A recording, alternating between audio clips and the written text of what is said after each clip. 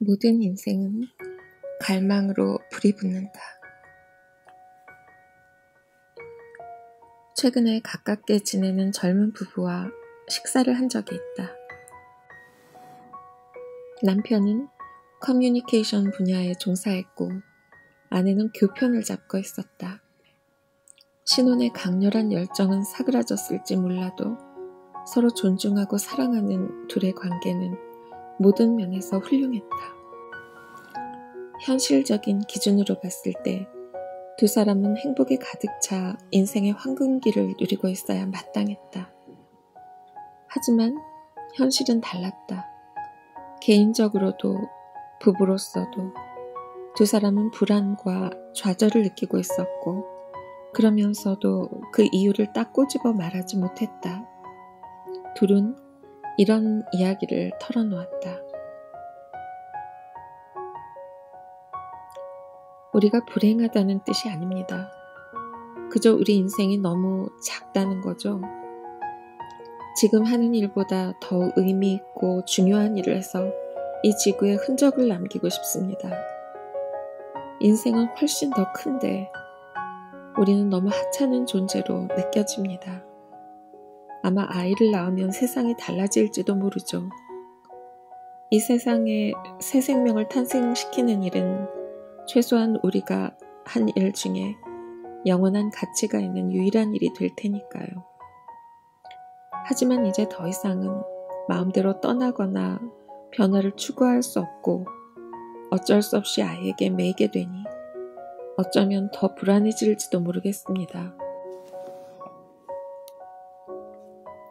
문득 칼 라너의 말이 떠올랐다.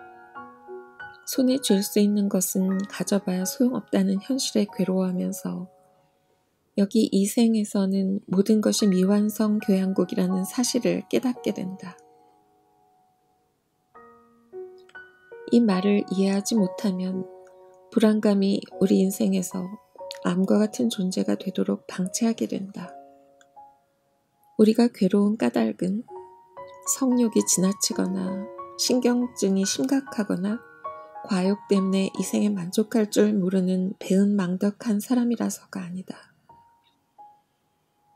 그보다 더 중요하고 본질적인 이유가 있는데 그것은 바로 인간이 태생적으로 이 세상을 살기에 너무 고차원적인 존재라는 것이다. 우리는 한정된 공간을 살아가는 무한한 영혼이요. 모든 사물과 인간과 우주와 연합을 이루도록 지어진 존재다. 그러니 우리가 불만족과 백일몽, 외로움과 불안감에 시달리는 것도 전혀 이상할 것이 없다. 우주의 모든 생명이 다 마찬가지다. 불안한 갈망은 우리 마음과 영혼뿐 아니라 온 우주와 DNA를 뒤덮고 있다. 궁극적으로 이것은 우리 안에서 신음하며 기도하시는 하나님의 영이다. 우리가 어떻게 기도해야 할지 모르지만 성령께서 친히 이루 다 말할 수 없는 탄식으로 우리를 대신하여 간구해 주신다. 라는 성경 말씀과도 이어진다.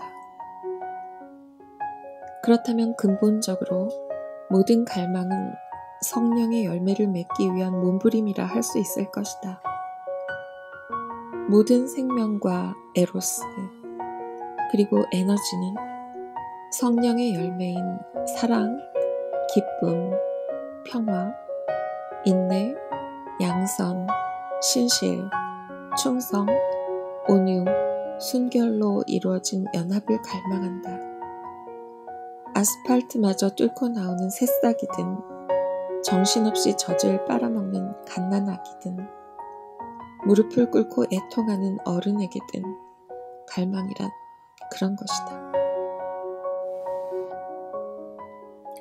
구약 성경에 보면 충격적이면서도 아주 매력적인 이야기가 등장한다. 사사였던 입다가 전쟁에 나갔는데 상황이 매우 불리해지자 다급해진 그는 하나님께 기도를 드린다. 전쟁에서 승리하게 해주시면 집에 돌아올 때 가장 먼저 맞아주는 사람을 희생제물로 바치겠다고 약속한다. 그런데 승리를 거두고 집으로 돌아온 그를 처음 맞아준 사람은 그가 가장 사랑하고 아끼는 외동딸이다. 망연자실해하는 그에게 딸은 하나님께 한 번 한 약속은 지켜야 한다면서, 그런데 죽기 전에 황야에 가서 자신이 인생을 꽃피우지 못한 채 처녀로 죽어야 한다는 사실을 애도할 시간을 갖도록 허락해달라고 한다. 딸은 아버지에게 2달을 요구하고 친구들과 함께 황야에 가서 채 완성치 못한 인생을 애곡한다. 그리고 2달 후에 돌아온 딸은 기꺼이 희생제물이 된다. 사사기 11장.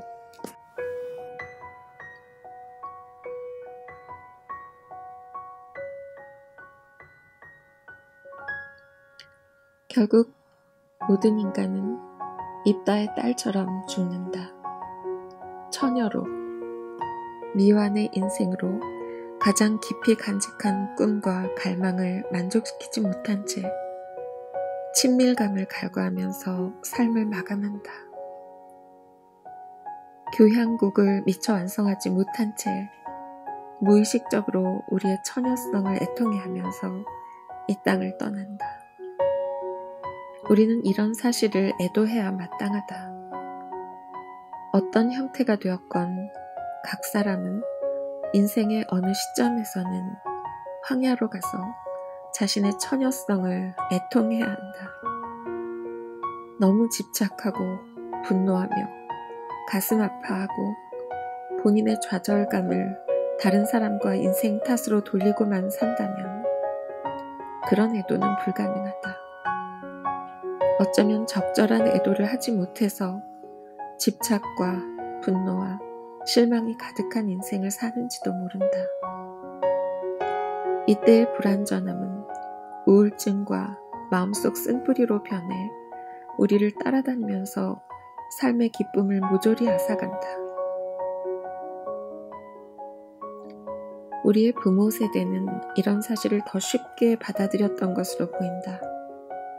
그분들은 날마다 이런 기도를 통해 자신들의 처녀성을 애통해 했다. 이 눈물의 계곡에서 우리의 한숨과 슬픔을 당신께 올려드립니다. 이것이 병적으로 보일지 모르나 이 눈물을 빠뜨린다면 우리의 영성은 균형을 잃게 될 것이며 실제 삶을 다루는데 부적합해질 것이다.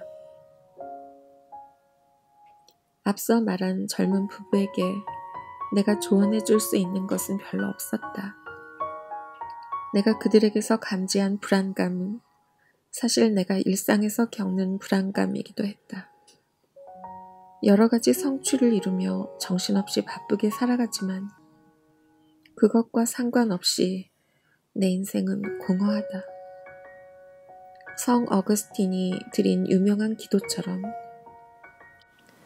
나도 매 순간 이런 기도를 드릴 수밖에 없다. 주여, 우리 마음이 당신에게서 안식을 찾기 전에는 편히 쉴 수가 없나이다. 일상에 깃든 하나님의 손길 중에서 로널드 롤하이저 지은 포이에마.